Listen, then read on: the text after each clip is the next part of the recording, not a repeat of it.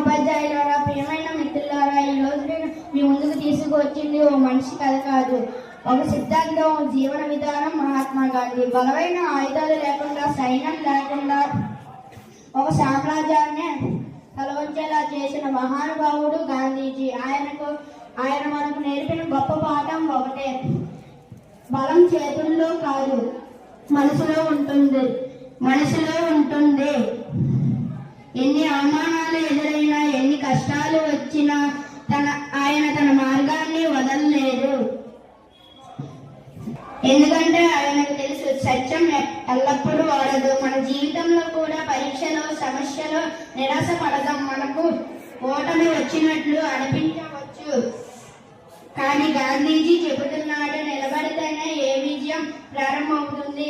ప్రియమైన మిత్రులారా, ఈ దేశానికి స్వాతంత్ర్యాన్ని గాంధీజీ ఇచ్చాడు. మన భవిష్యత్తుకు మనమే గాంధీజీలా మారాలి. సత్యాన్ని నమ్ముదాం, అహింసను ఆచరిద్దాం, మంచి మనిషిగా మారుదాం. జై హిందూ. Thank you.